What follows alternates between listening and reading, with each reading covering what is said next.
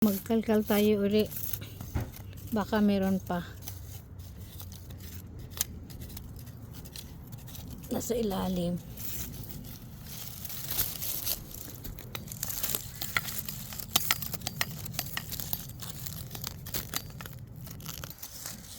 Meron pa, meron pang isa. Ayan, dagdag na pang mashed potato ngayon.